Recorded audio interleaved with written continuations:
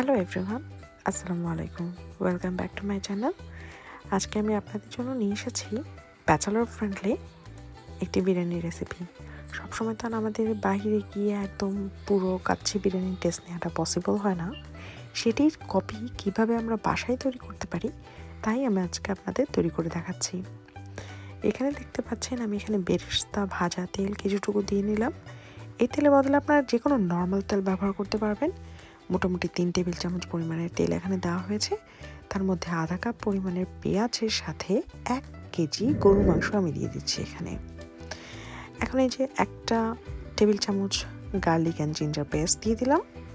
তার সাথে যোগ করছি সিম্পল 2টো মশলা, 1 চা চামচ মরিচের গুঁড়া এবং 1 চা চামচ ধনের গুঁড়া। এরপর শাহি ফ্লেভার আনার জন্য আমি এখানে 3 টেবিল চামচ পরিমাণের বিরিয়ানি মশলা যোগ করছি। আপনারা চাইলে আপনাদের পছন্দ মতো যে কোনো ব্র্যান্ডের বিরিয়ানি মশলা ব্যবহার করতে পারবেন। এখানে আমি দিয়ে দিচ্ছি 1.5 টেবিল চামচ পরিমাণের লবণ, সাথে দিয়ে দিচ্ছি আরও 2 টেবিল চামচ পরিমাণের মাস্টার্ড অয়েল, সুন্দর একটা সুঘ্রাণ ছড়ানোর জন্য। এরপর আমি এটাকে 1 ঘন্টার মতো ম্যারিনেট করে রেখে দিব। গরম মশলাও দিয়ে দিয়েছি এর ফাঁকে। তারপর এটাকে আমি চুলায় দিয়ে দেবো। হাই হিটে প্রথমে 10 মিনিট রান্না করে নিব। 10 মিনিট রান্না করার পরে এই যে যখন একটু পানি উঠে আসবে তখন আমি এখানে টক দই দিয়ে দিব। টক দইটা সম্পূর্ণ অপশনাল, আপনারা থাকলে যোগ করবেন, না থাকলে কোনো সমস্যা নেই। মাংসটি যখন প্রায় হয়ে এসেছে তখন আমি এখানে 1 টেবিল চামচ পরিমাণের বাদাম ব্লেন্ড করে নিয়েছি, সেটা দিয়ে দিলাম।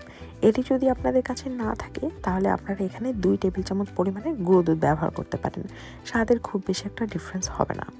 তো মাংসটাকে আমি লো হিটে 20 মিনিটের জন্য আরও চুলায় বসিয়ে এখানে আমি একটি বসা পোলাও বাবুর্চিদের মতো করে রান্না করে নিচ্ছি। 1 কাপ চালের জন্য আমি এখানে 1.5 কাপ পরিমাণে পানি নিয়েছি। তার মানে আমার 3 কাপ চালে 4.5 কাপ পানি দরকার হবে।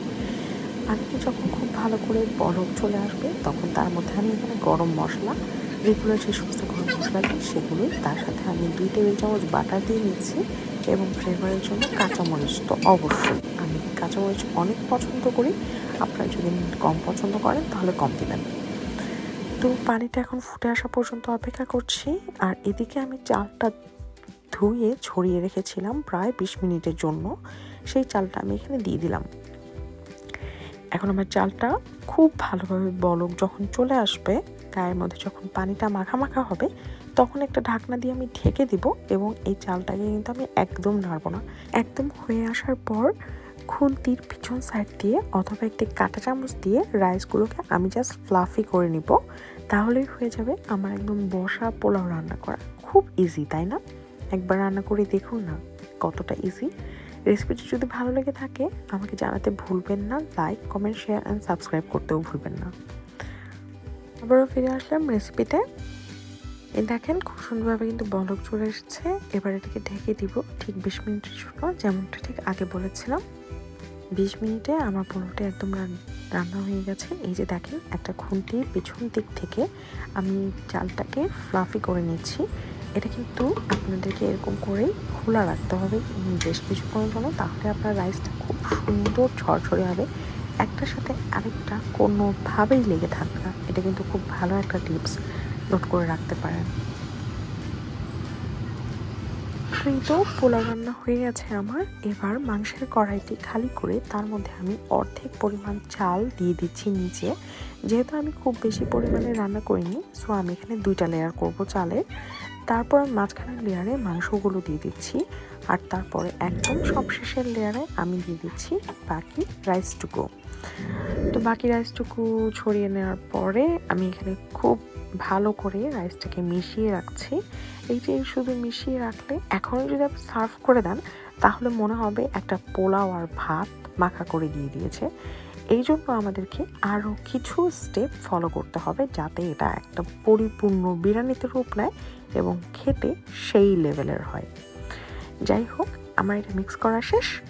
আমি এটাকে এখন একটু সৌন্দর্য বর্ধনের জন্য বেশ কিছু কাজ করছি, যেটা আপনাদের সাথে শেয়ার করছি। এই তো দেখতেই পাচ্ছেন আমার আগে থেকে রান্না করে রাখা একটু ডিম আর আলু ছিল, সেগুলো আমি এর মধ্যে যোগ করে দিলাম।